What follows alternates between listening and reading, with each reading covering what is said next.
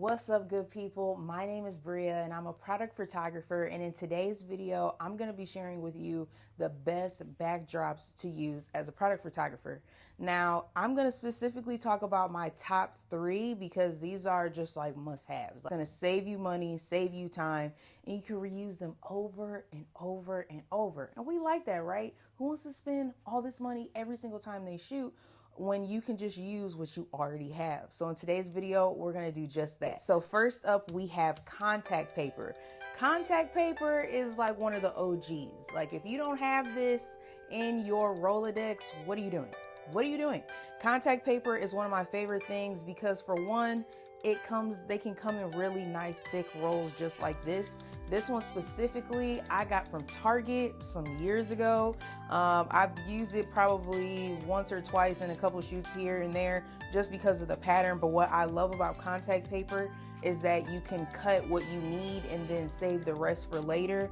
And it has come in mighty good handy. Other thing that I love is that you can get this wet, but not as wet as you can get the other backdrop types that I'll be showing.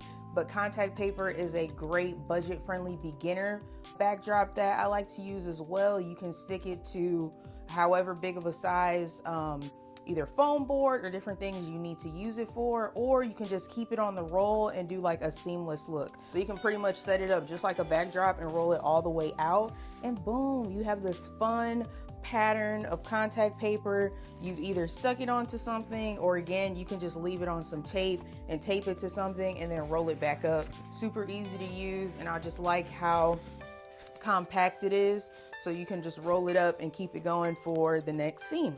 All right, so here is an example of a contact paper attached to a white foam board. Now, this came in like a couple different squares, so I had to attach it a certain way. If you want to see how I made this, I actually have a short that shows you exactly how I made this and how easy it is to use.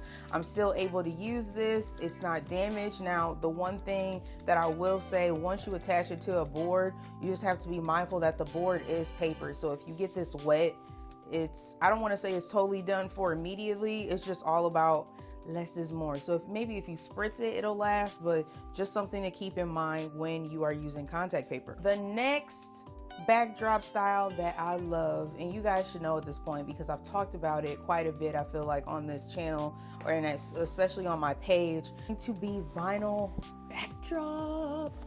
Vinyl backdrops are amazing. Now, these are a little bit of the expensive side, depending on the size that you get and depending on the site that you get them from.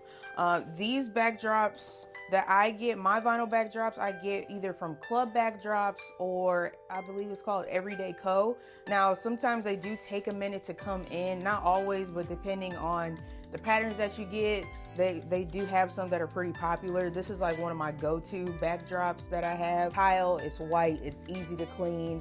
I can roll it up if I'm going on an on-location shoot.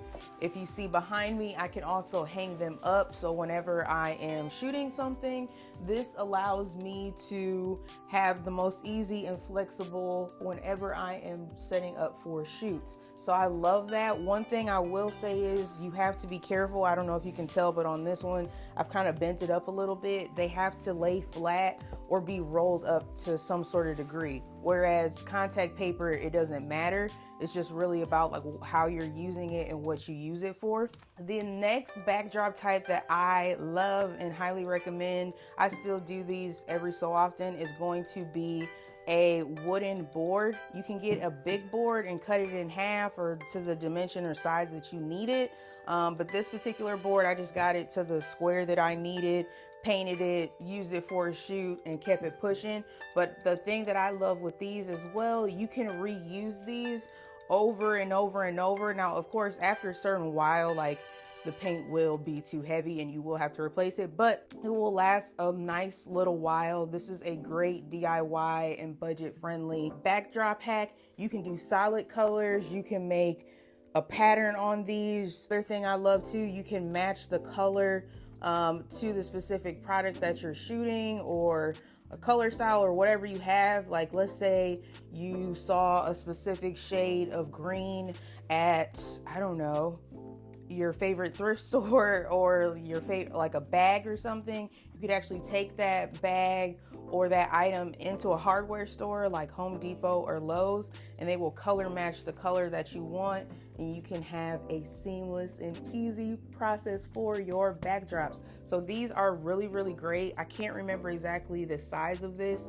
but I have gotten really longer boards and then had them cut to size depending on how big the projects were. But this is another great hack. So these are the 3 backdrop types that I would highly, highly recommend for any product photographers, whether you're starting out, you're adding to your collection, or you want to mix it up and try something new. If you enjoyed this video, let me know by liking the video, leave a comment and let me know what you'd like to see next, and I will see you guys in the next one. Peace.